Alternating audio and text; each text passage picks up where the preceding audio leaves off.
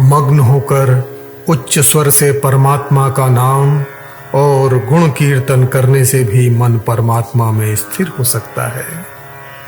भगवान चैतन्य देव ने तो मन को निरुद्ध कर परमात्मा में लगाने का यही परम साधन बतलाया है। भक्त जब अपने प्रभु का नाम कीर्तन करते करते गदगद कंठ, रोमांचित और अश्रुपूर्ण लोचन होकर प्रेमावेश में अपने आप को सर्वथा भुलाकर केवल प्रेमिक परमात्मा के रूप में तन्मयता प्राप्त कर लेता है, तब भला मन को जीतने में और कौन कौन सी बात बची रह सकती है।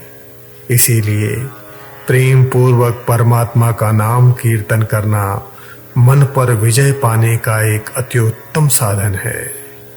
इस प्रकार से मन को रोककर परमात्मा में लगाने के अनेक साधन और युक्तियां हैं।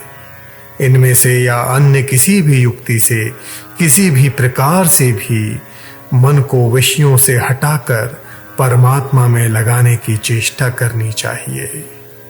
मन के स्थिर किए बिना अन्य कोई भी अवलंबन नहीं। जैसे चंचल जल रूप विकृत दिख पड़ता है, उसी प्रकार चंचल चित्त में आत्मा का यथार्थ स्वरूप प्रतिबिंबित नहीं होता। परंतु जैसे स्थिर जल में प्रतिबिंब जैसा होता है वैसा ही दिखता है, इसी प्रकार केवल स्थिर मन से ही आत्मा का यथार्थ स्वरूप स्पष्ट प्रत्यक्ष होता है।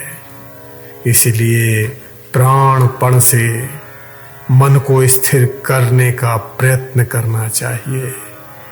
अब तक जो इस मन को स्थिर कर सके हैं वे ही श्याम सुंदर हैं, नित्य प्रिय हैं, नवीन नील नीरद प्रफुल्ल मुखारविंद का दर्शन कर अपना जन्म और जीवन सफल कर सके हैं। जिसने एक बार भी उस अनूप रूप शिरोमणि के दर्शन का संयोग प्राप्त कर लिया वही धन्य हो गया। उसके लिए उस सुख के सामने और सारे सुख फीके पड़ गए हैं।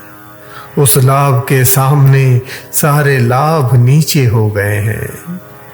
यम लब्धवा चापरम लाभम मन्यते नाधिकम ततः।